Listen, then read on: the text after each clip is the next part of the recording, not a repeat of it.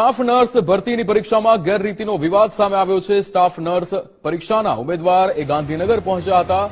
આરોગ્ય કમિશનરને પરીક્ષા પુનઃ લેવા રજૂઆત કરવામાં આવી હતી। જીટીયુ દ્વારા લેવામાં આવી હતી સ્ટાફ નર્સ પરીક્ષા, જેમાં રાજ્યના 54,000 વિદ્યાર્થીઓએ આ પરીક્ષા આપી હતી। એબીસીડી પેટર્નનો વિદ્યાર્થીઓએ સખત વિરોધ કર્યો હતો। સ્ટાફ નર્સની પરીક્ષા રદ કરવા ઉમેદવારોએ માંગ કરી હતી। યોગ્ય નિરાકરણ નહીં આવે તો ઉગ્ર આંદોલનની ચીમકી ઉચ્ચારી।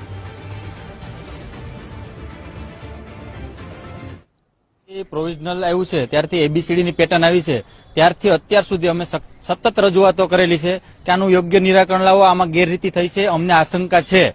તો ત્યારે દરેક અધિકારીઓ કહેતા કે કોઈ આશંકા નથી, આ બધું લીગલી થયેલું છે। અને જયારે 26 તારીખે રિઝલ્ટ બહાર પડ્યું અને જોયું તો 100 માંથી 100 જે પીએચડી કરતા હોય એમને પણ 100 માંથી 100 માર્ક નથી આવતા અને આ નર્સિંગના તજજ્ઞોને 100 માંથી 100 માર્ક આવે છે। અને એમાં પાછા એવા પણ છે કે જે લોકોને જે નર્સિંગના પેપરમાં ફેલ હોય અને 50-60 માર્ક હોય અને ગુજરાતીમાં 100 માર્ક। અત્યારે અમે કમિશનર સાહેબને રજૂઆત કરી કે ભાઈ આનું યોગ્ય નિરાકરણ લાવો, કાં તો ગુજરાતીનું પેપર ફરીથી લો, એક્ઝામ ફરીથી લો, અથવા તો ગુજરાતીનું પેપર છે તો એના નર્સિંગના બેઝ ઉપર મેરિટ કાઢી અને ભરતી કરો।